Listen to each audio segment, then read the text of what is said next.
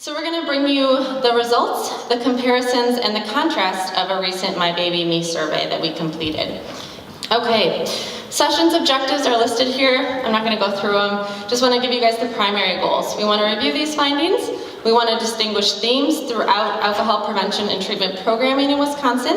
And finally, we're going to identify areas for potential program expansion. So to meet these objectives, we're going to begin with a general overview of the summary of the results. And then we're going to have a great discussion with our wonderful panel speakers and all of you. We encourage you guys to get involved as well. So let's talk about the survey results. And before we just start discussing this as a group, I just want to give a really brief overview of these results. And I'll give kind of a brief understanding of the goals of it and a little bit on an observation, but I want really the discussion to come from you guys. So as far as the goals of this survey that we completed, we wanted to get a better understanding of women's thoughts, of their opinions, and their knowledge about alcohol use during pregnancy. And then what we wanted to do is we wanted to use the information. Why gather it if we're not going to use it? So we wanted to use the information to improve the prenatal care programs and the resources that are available for women. So we created a survey online for submission. This was distributed throughout the state, and we used email, we used a Facebook campaign, and many of you in this room also assisted in distributing this, so thank you. The survey was open in late September of this past year, and we closed it in late October. So it's about a month where there were submissions. And during that time, there were 314 submissions, which we were pretty happy with. 262 of those were completed in full. Just a little bit of background about the participants. So they were females, age 15 to 62. We wanted to get a broad range of people that were potentially in that childbearing age range, so we did open it up. We had about an average age of the early 30s, which is fairly consistent with some of the programming that we have with My Baby and Me. 72% had a history of pregnancy, and 15% were currently pregnant. We did find that the majority of the participants identified as white or Caucasian, although many other ethnic and racial groups were present as well. So what we did is we comprised a survey of 12 primary questions. We had a little bit of follow-up with some additional inquiries, and we also encouraged comments. So I'm just going to give you a feel for the survey results and give you some just simple review of the answers. I just don't want to provide too much insight or reaction to the outcomes because that's what the discussion will be. So the first question we asked, when is it safe for a woman to drink alcohol during her pregnancy? The majority of participants answered never, and we were pleased to see that this was the overwhelming majority. However, when we looked at the breakdown of the other answers, as well as some of the comments, we did find that there were some absolute areas for concern and areas for improvement. The next question we asked was, how much alcohol is safe for a pregnant woman to drink? So some of you may say, well, that's the same question. You just asked, is it safe or when is it safe and how much is safe?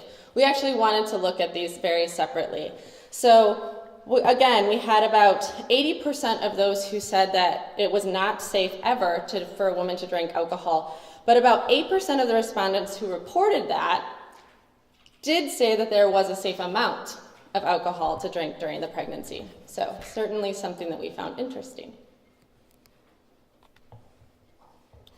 Our messaging is always supporting that there's no safe time, there's no safe amount, and there's no safe type of alcohol to drink while pregnant. So what this next question explores is that last factor, which is type of alcohol.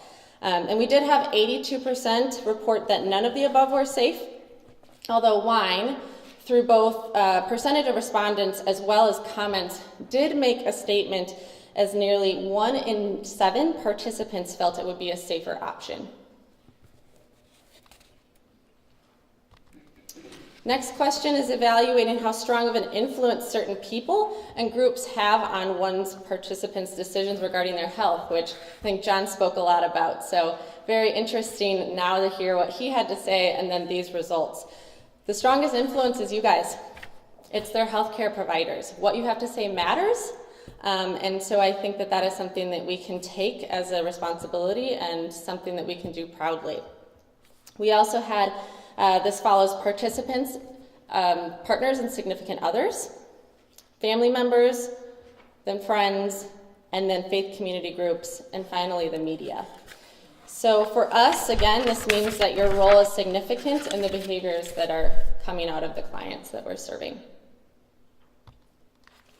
So we know healthcare providers have a strong influence on decisions regarding health. The question that we asked here assesses whether or not we're taking advantage of that role. So when asked whether a healthcare provider has ever talked to these women about alcohol use and pregnancy, only 50% reported yes. 41% answered no, and about 8% were unsure. So I think that's something to think about. If 50% of our participants are saying yes, but the others are saying, I don't think that anyone's ever talked to me about this before. Again, I'm not trying to give you guys too much insight. Just stating the facts. This is interesting. We had a follow-up question for this previous one. If they had someone, a healthcare provider, talk to them about alcohol use and pregnancy, we asked, do you remember what they said? So there were 138 responses to this question.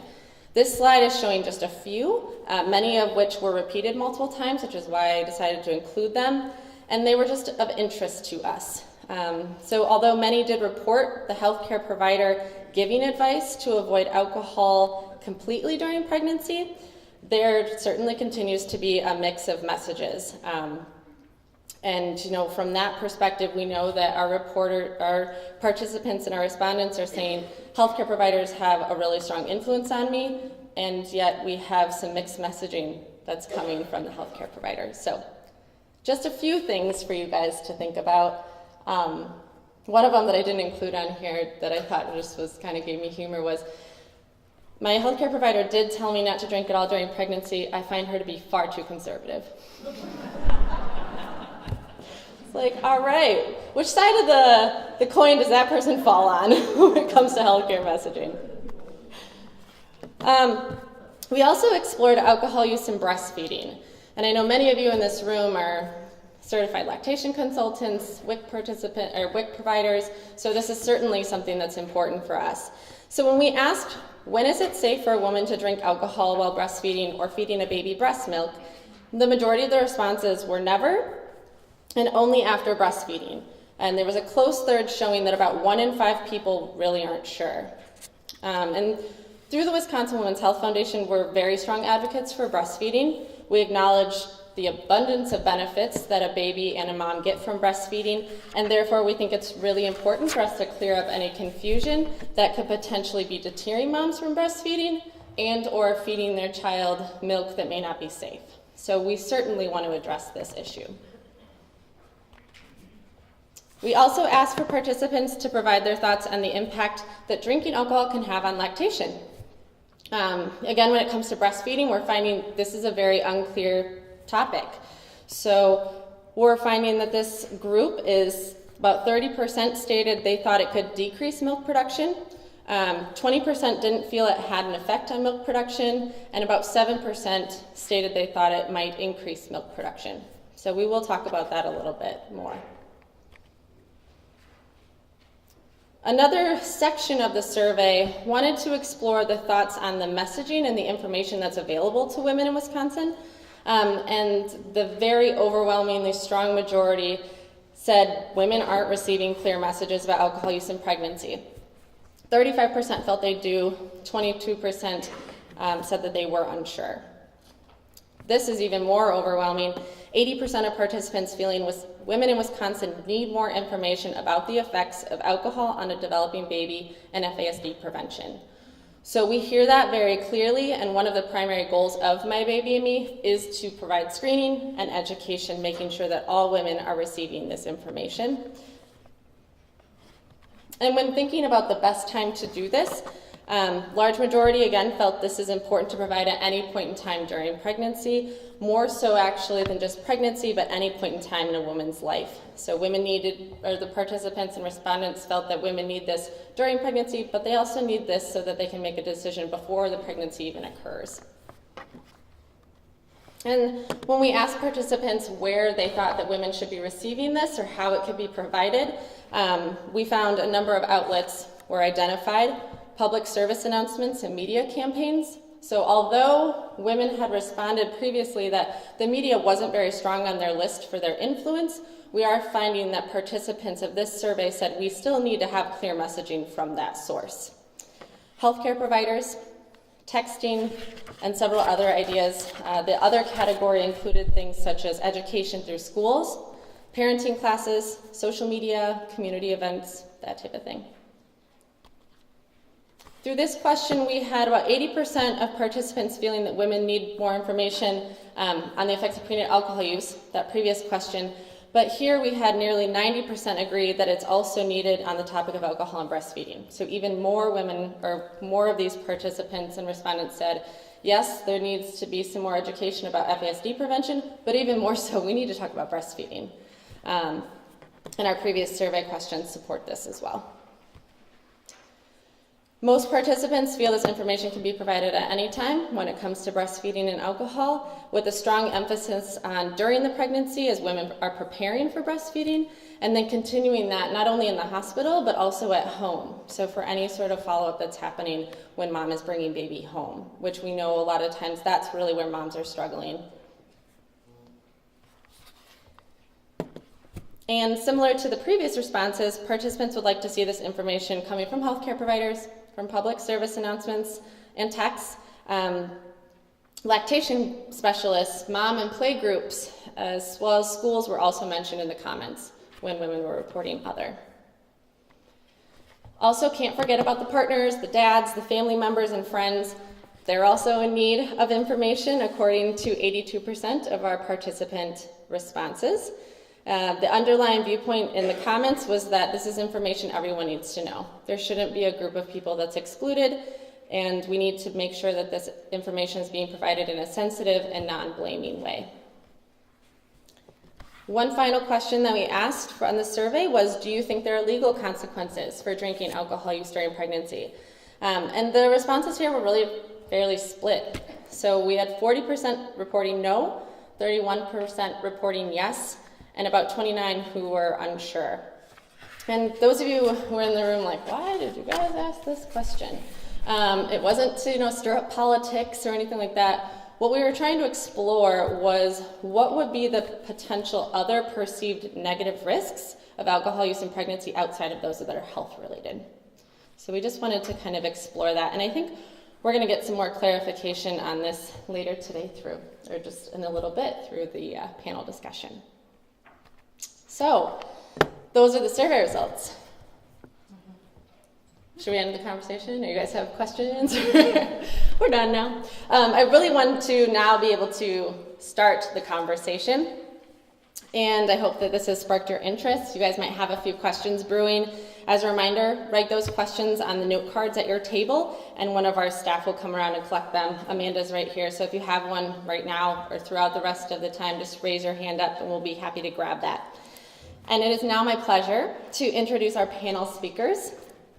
I'm going to give each panelist a moment to share their initial thoughts and their comments, but before I do, I want to introduce them and give you guys a better understanding of their extensive backgrounds. Now, on the our speaker biography sheet that you guys have seen, you may have seen that Dottie Moffett was intended to join us today. Unfortunately, she's feeling under the weather. Get it, right? A lot of us are a little bit focused on this weather right now, but unfortunately, yes, she has fallen ill, so she was not able to join us today. But in her place, we do have a wonderful panelist. Rebecca Diener is with us today. She is the My Baby Me Pregnancy Educator for the Wisconsin Women's Health Foundation. She's also a health educator with our First Breath Families program in the Northeast region. She, prior to that, has been with us for 3 years, and she started with her work in the Striving to Quit program, helping moms who are struggling with tobacco addiction postpartum. Her background is in counseling, and she has a Master's of Science in Education from Concordia University. And prior to her work with the Wisconsin Women's Health Foundation, she did HIV education for over 10 years. So thank you so much to Rebecca for joining us today. She is the first of the panel speakers. I also want to take the time to introduce Wendy Seegers. Wendy has worked for the UW colleges for 18 years, and she's serving as the Director of Prevention Programs for the past 5 years. Prior to that, she was the institution's alcohol and other drug education program manager, and Wendy has taught in the Health and Exercise Science Department for 17 years, developing courses addressing alcohol and other drug issues. She's also a licensed clinical social worker, and prior to her work with the UW colleges, was a family therapist in Fond du Lac. Her expertise lies in prevention and education, specifically universal and selective prevention strategies. So thank you to Wendy for being here today. And our third panelist is Julia Sherman. Julia coordinates the Wisconsin Alcohol Policy Project at the University of Wisconsin Law School. In 2001, she began her work in alcohol policy at the American Medical Association's Office of Alcohol and Other Drug Abuse in Chicago, and later served as the National Field Director for the Center on Alcohol Marketing and Youth. In 2009, Sherman chaired the Alcohol, Culture, and Environment Work Group of the Wisconsin State Council on Alcohol and Other Drug Abuse and authored its final report, Changing Wisconsin's Alcohol Environment to Promote Safe and Healthy Lives. We are truly honored to have the three of you here with us today to guide our discussion surrounding these survey results and trying to identify areas for growth and expansion to meet some of these identified needs. So now let's chat, guys, all right? Let's get the conversation started. So as you guys develop questions, write them down. I have some that I would like to get us started with and really just get the feedback of the panelists. So first, after you guys have reviewed these results independently, because you guys did receive them, and then also just kind of hearing this information again this morning, what's your initial reaction to the survey outcomes? And anyone can go ahead and start. I'll start. Well, first, Is it on? Yeah. Okay, I see nodding. Thanks for inviting me. Absolutely. It's a pleasure to be here with a room full of women that are doing the real work of improving Wisconsin's alcohol environment one generation at a time. I was impressed with the progress that's been made so far. I was surprised and a little worried that there seems to be a lot of confusion about breastfeeding and alcohol, but I was also struck by the fact that once again we saw the influence of Wisconsin's alcohol environment, and it is a very hostile alcohol environment, and you face it every single day in your work because you are counseling women that are surrounded by alcohol. Drinking alcohol is the norm. But at the same token, when those first couple questions, I thought of a phenomena I see as I go around the state. And often when a young woman refuses an alcohol beverage, because in Wisconsin you walk in the door, what do they say? What do you want to drink, right? If a young woman refuses an alcohol beverage, what's the next question? Are you pregnant? That's great, because at least folks are asking. And at the same time, it also indicates that the norm is that if you aren't pregnant, you are drinking. And so it presents both the challenge and, in fact, the progress that you guys have made so far. Certainly. Thank you. I would just say there are a few things that jumped out to me as I was looking at the survey data. Part of it is I don't think it's coming from all of you, but there really, in the participants, seemed like a lack of clear understanding about things, and I was thinking about that in context with what Julia mentioned, as well as this culture that we live in, and it made me think of some of the really specific things that we talk about in prevention. When I work mostly with college students, obviously, but I'll mention them briefly, and if somebody wants to revisit those later, you can ask about that, because I'm not sure, I don't want to insult your intelligence if you're already aware of some of these things. But really, I have found that in Wisconsin, adults in general, not just pregnant women, have a real lack of understanding about the drug alcohol and what it does, what it actually causes. I hear alcohol referenced often among college students as, this social lubricant, this party elixir, right? It's the beverage of fun. Actually, not understanding that alcohol is a central nervous system depressant, and it has effects in our brain very similar to what a sleeping pill would do. but we don't ever think about this drug in that way. And I think there's an opportunity there to have some conversations about, is it really the drug that people are interested in, or is it this false expectation of fun that a lot of people in Wisconsin have when they're drinking, that, oh, there's nothing to do in my community, so we drink for fun, for something to do. But we would never say that about, oh, there's nothing to do, so let's all get together and have some sleeping pills, right? And so it's an opportunity for a conversation about what's really driving what we seek when we use this drug. And so that came to my mind when I was looking at the data, because it seemed like there was a disconnect from what the drug does with what people were perceiving about why they might want to use it, either during pregnancy or while they're breastfeeding. So I'll just stop there for now. No, that's a great point. Or even just identifying that alcohol is a drug. We often put it in a separate category. All right, I would have to agree with what was said in the slides, because it's exactly what I'm hearing from all of the women that I actually work with.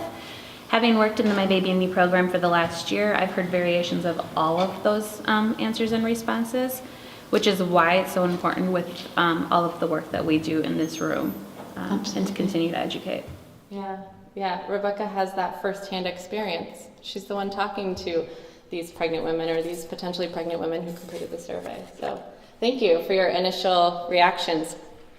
A couple more questions that I want to make sure we can at least get through, and I've got some already, so thank you too for writing these. I want to pose the question, does age make a difference? And I pose this because when we were reviewing the survey results, we actually found that younger women who were completing the survey seem to be more informed in a way that closely matches our My Baby and Me messaging, the no safe time, no safe amount, no safe type. So what are your guys' thoughts on this? Do you see a difference in age with the women that you guys are serving when it comes to safety of alcohol use? So Wendy is working with women who are of that college age who are starting to develop a role of alcohol and what that relationship might look like in their life. Rebecca sees women of all ages through My Baby and Me, and Julia, I imagine that you have a wide range of ages that you would be familiar with too. So what are you guys seeing with this? I think one of the things that I think is a difference with younger adult women is that they are very quick to seek out information online, which is different than older generations. And I think there is so much new information in the last several years, especially how this drug alcohol impacts the brain and impacts fetal development, that we didn't know 10, 15, 20 years ago. So I wasn't surprised that younger people seem to have a better understanding of some of these risks, because they're probably more likely to seek out some of this newer information, whereas women, from my experience in older generations, we know based on our experience, right? And I was thinking about this before I was pregnant for the last time 15 years ago, and things are a little different today than we were then. But if I didn't work in this field, I wouldn't know what a lot of those changes are. And so I think older women, their knowledge base is based on past experience, and it may not be as current in terms of what the new research is telling us today. Any other thoughts on the age factor? I would actually agree with you, because that was my thought, that women are educating themselves at a younger age. So a lot of the moms I talk to that are younger have said, oh, I've read this, or I looked into this, versus some of the women that are a little older, it's, well, my family has told me this, or my mom was pregnant and drank, and she said I was fine, or that type of concept. Which keys into what I noticed, which was how clearly people are imprinted by whatever their generation was. As I looked some of the comments, I was willing to say, she's 40. She's got to be somebody's grandma now. I swear to God, I know who the 62-year-old person is from the answers. And that's not bad. But the danger here is that just like we parent as we were parented, or that's where we start, we will often drink as our parents drank, or conduct ourselves as we were modeled as young people. And now it's just a mush of all different things. We have, for the first time in history, a woman can be counseled by the 3 preceding generations during pregnancy. Oh my gosh, think about that. You got your mom, you got your grandma, you got your great-grandma, and heaven help you if you have a mother-in-law. I mean, the fact is you're getting a lot of advice and clearly it's contradictory. And that creates a lot of confusion, and we saw that Absolutely. in those survey results. Yeah, thank you guys. I mean, I think that just, there's so many ideas when it comes to age, and what you guys are seeing is absolutely irrelevant. You go to the internet, right? We heard that from John too. You go to the internet, if you have a question, you Google your symptoms, and heck, you've identified yourself as you've probably got cancer, and it's not going to be long for you. The second area of that is that we go to those people who have an influence in our lives. So from the survey results, we found that's healthcare providers. They have a huge role, but it's also our significant others, and then it's our family members. So if I'm going through a pregnancy and I have questions, heck yeah, I'm going to ask my mom, what was yours like? And so what she has to say is certainly going to have a weight on what my decision is moving forward. Absolutely. I do want to get through a couple of these questions that are coming in. They're really exciting. One of them that was asked is there information to give clients on alcohol and breastfeeding? And I'll kind of let myself and Rebecca take this from the My Baby Me perspective. So this is a workbook, you guys might be able to see it, that we have for My Baby Me. We've deterred a little bit away from these as far as providers using them as often, just because of the change that we've made in the model, but it is certainly something that Rebecca is still providing to our participants, and there is a section on planning for life after baby and recommendations about breastfeeding and alcohol. These are recommendations that we have found through many different, organizations, including the LCSW, the AAP, ACOG. So there is certainly information from the My Baby Me perspective. And if Rebecca wants to share anything more on that, but I would say that the information that's available, if you do go to Google, which I did last night, is very confusing. Extremely confusing. Even the guidelines that we provide here, it has to do with all these different factors. What's your weight? How much have you eaten that day? How much are you pumping? How much time are you spending? There's such confusing factors, and actually it comes to a question that I have. I think here, where are we going wrong with this? How do we navigate this very difficult topic in helping women identify the importance of breastfeeding, but not deterring them in a way that feels like either you have to give up alcohol or you may be damaging or harming your baby? So what are your thoughts on that? Would you go back and just read the original? Yes, I would be happy to. I jumped around a little. I got excited, which is just very common for me. Where am I? Okay. Where are we going wrong when helping moms navigate breastfeeding and alcohol? That was the question on the card. The initial question on the card, thank you, was, is there information to give clients on alcohol and breastfeeding? Is there information out there? Lots of it. That's the problem. And also, a good deal of it is not technically inaccurate, but it's dated. Once it's on the internet, it never comes off. And so people, once again, get lots of information. And as Dr. Weaver was saying, and it's been my experience as well, you get too much information, people will revert to the status quo, what they're doing then, or a close family member. Absolutely.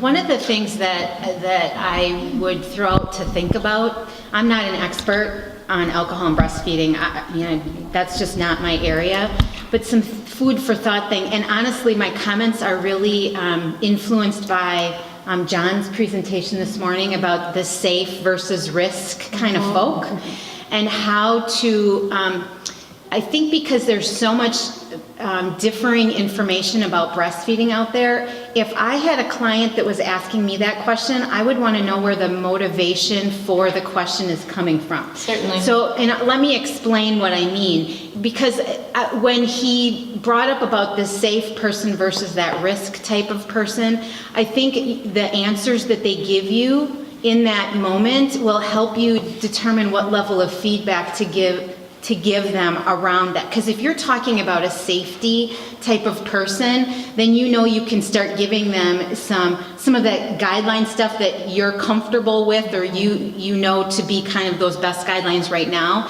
But I would also talk about like risk related to like postnatal depression and alcohol being a depressant, and so for their own self-care, I would wonder about some of that. So many new moms aren't sleeping and they're really tired, and helping them understand that alcohol will really impede their own ability to sleep well. They may fall asleep faster, but they can't stay asleep. And then you can also talk about how impact on the baby as well. It changes their sleeping. And so but those kind of worries or concerns may not be so influential with the more risk-seeking kind of person, right? And my question then would be more focused around, what about drinking while you're breastfeeding is important to you? What is it that you are concerned you might be missing out on if you're not drinking? And I think for a lot of young women, it's the social stuff, right? They're at a wedding, they're at a celebratory event, and what do? We drink everywhere in Wisconsin. You can't go to a social gathering in our state. Even church events have alcohol at a lot of them, right? I mean, it's just how we are here. And so if that's the piece, what I do with my students that I know are more in that risk-taking mode is, what do you think?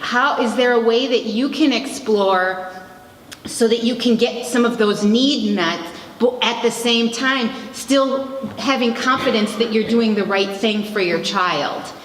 Because we know they want to, right? They just don't know what that is. And then maybe having a conversation with that while you're sharing some information, but it's really, they want to have fun and they don't want to miss out on those moments. And so if we can kind of direct the questioning in such a way that they can help us elicit where they're going to get their needs met and feel like they're having fun, but we can give them some prevention or lessening risk messages, that might be helpful. Yeah, so it sounds like there's a lot of things. First and foremost, too much information out there. And secondly, it's knowing what information is going to be relevant to this person and how to present that information.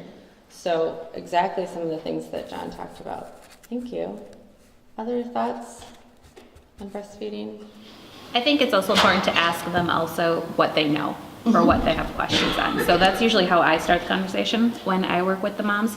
It's asking them what they know or what they're maybe questioning about breastfeeding and alcohol use. Right, absolutely. Because if we know what they know, we can either clarify or confirm and be able to use that motivational interviewing skills, right? Elicitation, absolutely. Good answer. I also want to actually just go back.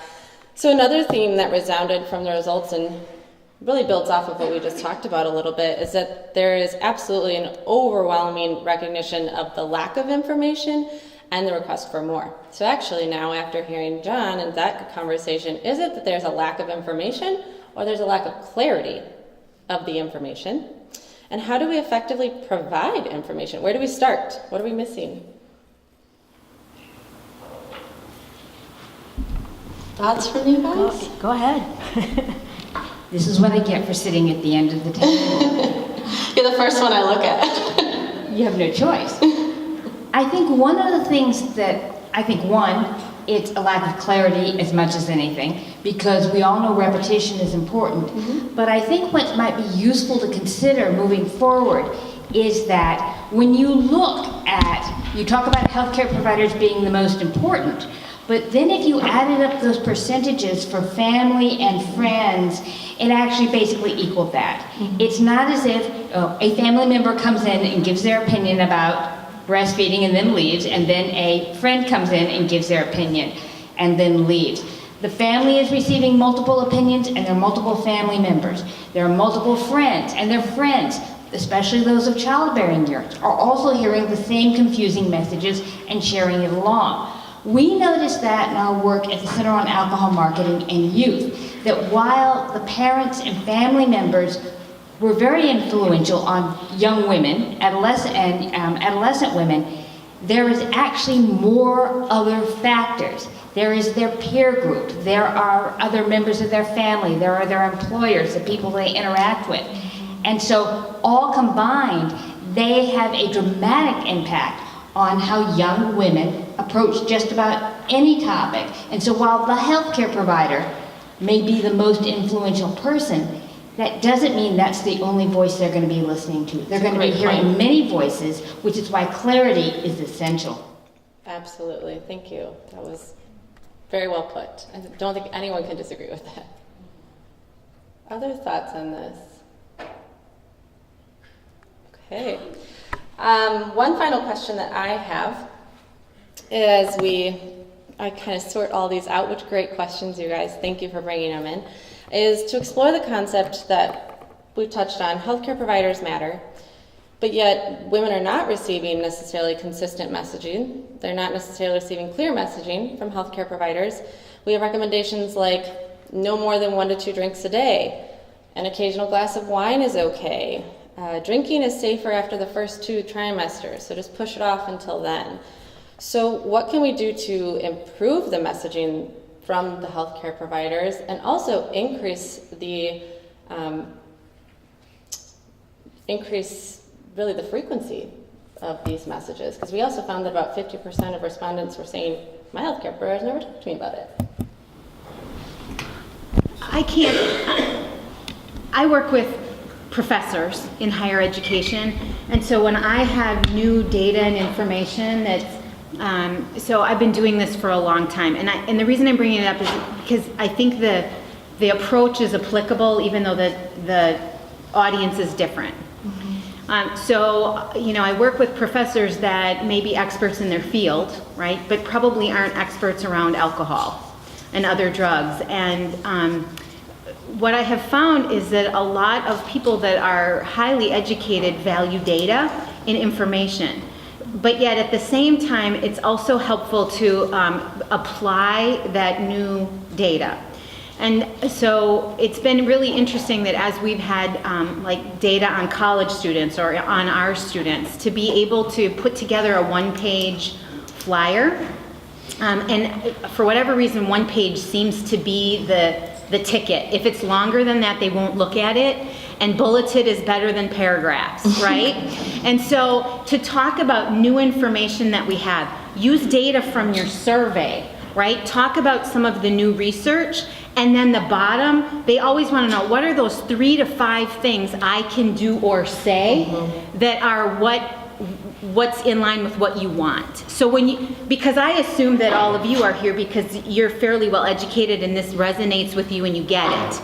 But you may be working with other healthcare providers that haven't been as educated or aren't as aware of the new research. And so if you can give them bulleted things, like if a patient or a client asks about this, this is what we are saying. This is what our messaging is. This is what we value. And you tell them that and let them know we have data that shows that it's confusing because women are hearing different messages. And if we can all be on the same page, we're working toward the same, right?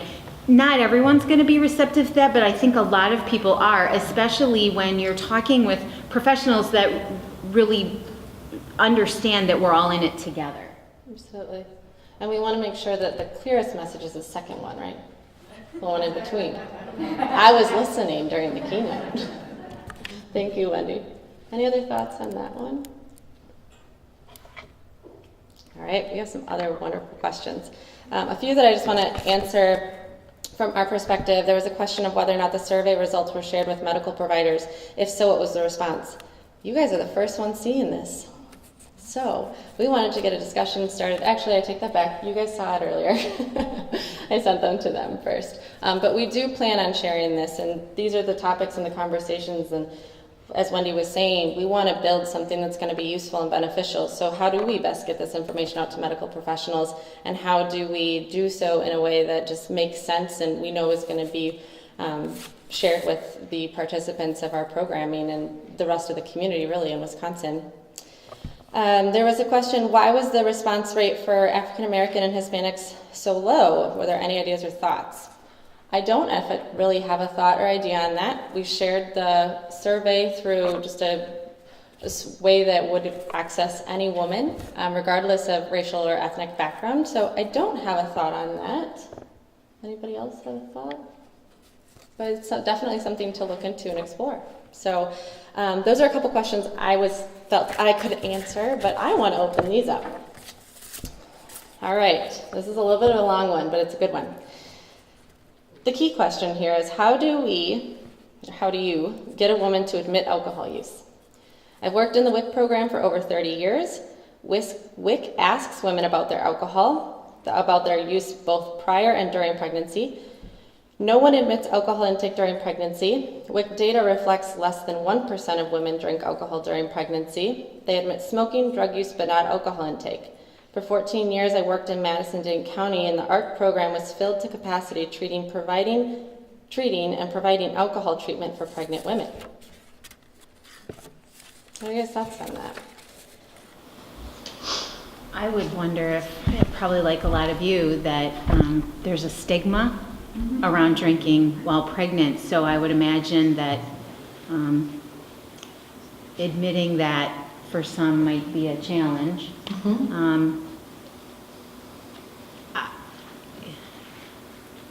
I don't know what the exact answer is in terms of how you elicit that, other than building rapport, trust, all those skills when you're asking questions. I think sometimes stating the obvious too about some women do, right? And inviting. Oh, that is normalizing it. Yeah, is what you're kind of saying. Yeah, I wouldn't want to normalize it per se, but acknowledging that it exists, and or discussing reasons why it may exist. Kind of giving the okay that if this is something you're struggling with, it's okay to share it. Absolutely. Yeah, I think that building rapport and trust, as we know, that's going to be the key indicator for helping us identify the true needs of the women we serve. But I also think alcohol is extremely personal. It's something that you can hide pretty well. It's something that, just by walking by someone, you wouldn't say, oh, that person drinks alcohol, versus someone if you just had a cigarette and you can smell that. So I think that could be a factor. What else? For me, it's hard to say because all of the women I talk to openly admit that they are drinking. That's why they're talking to you. Right, exactly. But I think part of it also could be the anonymity of being on the phone versus in person. So they don't have to face me. They don't know who I am. It's just on the phone conversations with them. Certainly. In person can be very different. Verbally stating that and looking at someone's eyes and seeing, oh, what's the reaction going to be? I have the advantage of not having to deal with clients. I work a lot with local elected officials, which in many cases I envy you. But one thing that I think you can say from my non-professional counselor viewpoint is, based on the statistics, I would assume they're drinking. In Wisconsin, 65% of the adults over age 18 have had an alcohol beverage within the last 30 days.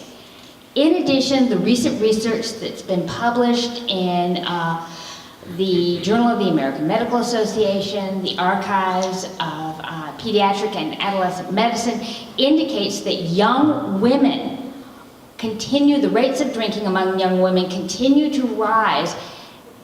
And in some particular age brackets, and I suspect the age brackets you deal with, late teens and early 20s in some cases, those young women may drink more when they're engaged in heavy episodic drinking, which is also called binge drinking, from time to time. So maybe the place to start is to assume that they're drinking and provide the information in a non-judgmental way. Because given the statistics and the fact that it is Wisconsin, I think that would be a logical place to begin from a non-judgmental point, because chances are they did have a beverage in the last 30 days. Now, just to make it clear, that is a Wisconsin statistic. In other states, it's about 50%. A little bit more, a little bit less. But in Wisconsin, we have a good 15% of our individuals, of our adult population, that is drinking on a regular basis. And when we drink more, which of course, in your particular case, raises the consequence. So I think it's very important, and once again, this is simply my opinion, I think it's very important that you assume they're drinking, because quite frankly, the baby doesn't have any time to waste on this. And these could be decisions that young women will regret for a long time. And because alcohol as a drug reduces inhibitions, if they say, I'll just have one, that'll be okay, as many people clearly thought they did, that could reduce their inhibitions. 1 turns into 2, 2 turns into 3, and 3 turns into a problem, or worse yet, a tragedy. Thank you for sharing that. Yeah, I think and there's been some questions that have come in about just how this might look different in other states, what this data could look like in Colorado, in Nevada, in Boston. That's a city. Whoops, I need to go back to geography class. So absolutely, I think that Wisconsin, there's a different factor to consider. We have about 5 minutes left. I have so many good questions up here that I will be hoping to get at least answers on and share that with all of you guys. But in the interest of time and getting you guys something to eat, I'm going to ask one last question, and I'm trying to decide which. There's so many good ones. I think I'm going to combine 2. Okay? All right. Decisions are hard. I need to be given less, but I asked you guys to participate, and thank you so much for doing so. So there's 2 kind of folds to this question. First is, why do you think that women continue to drink during pregnancy despite the risks? Is there an underlying addiction, potentially? And also from that, when we not only think about the amount that might be safe or the timing that might be safe, but that type. With wine, with 14% saying that wine is okay, where is that coming from? Because many people in this audience have probably even heard that. So there's this idea of wine being safe, but there's also this overall, why do you feel that this is still an issue? Why do we still have the My Baby and Me program? Really is the bottom line. Those are 2 big questions. I know, I combined them. I don't think I did a very good job of combining them. I'm going to tackle the wine question first. Yeah. That falls more in my wheelhouse. Alcohol is alcohol is alcohol. It's the same drug regardless of what liquid it's in. However, I think that wine has gotten some attention because of the health benefits that it has resonated, right? So if you're going to have alcohol, have the wine because it's healthier for you, right? And so it is a fallacy from the alcohol perspective. The alcohol in wine is the same drug that's in beer, that's in liquor, okay? What's different is some of the additives that maybe like the polyphenols and some of the other things that's in red wine that have some benefit. But the drug itself is the same. So we need to clear up that misconception. The other piece with that is understanding the different concentrations or potencies of different types of alcohol. What's interesting to me, and I'm just going to mention this really quickly, that when you're talking to people about how much they're drinking, be really aware that in Wisconsin, we suck at counting. And I don't know how else to say it, but that is the truth. We suck at it. It does not matter how big the container is. If you empty a container in our state, we have had 1 drink, okay?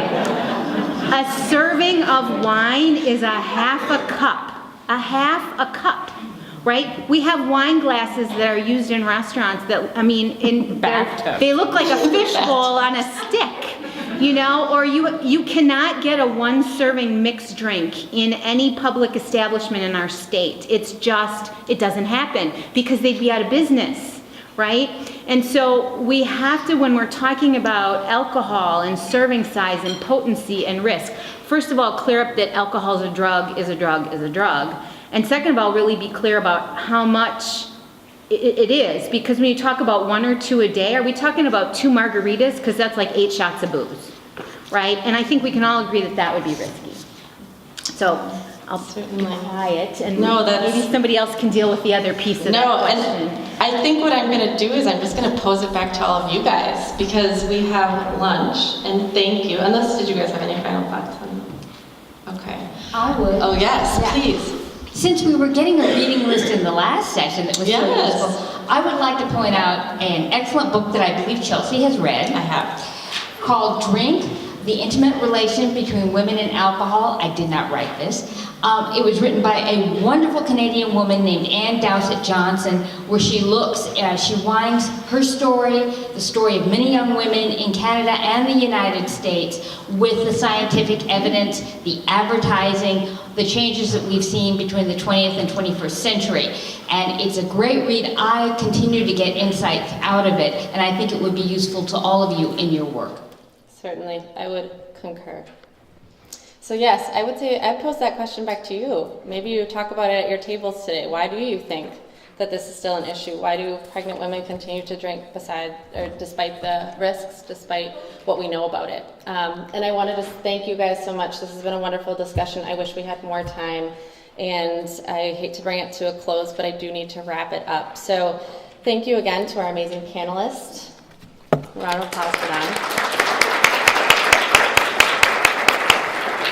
And I know that they had mentioned they may be able to stick around a little bit to continue some of the discussion. Some may be able to hang around for lunch or maybe just a few questions after. So I encourage you to continue that conversation as well. With these results, what are we going to do with them? We're going to continue the conversation also. We want to share this. We want to take additional steps. We're going to identify areas for potential expansion in our programming. We need to make sure that women have the resources that they need. And I just want to open it up for questions to continue through lunch. So thank you again, and one more round of applause for our panelists.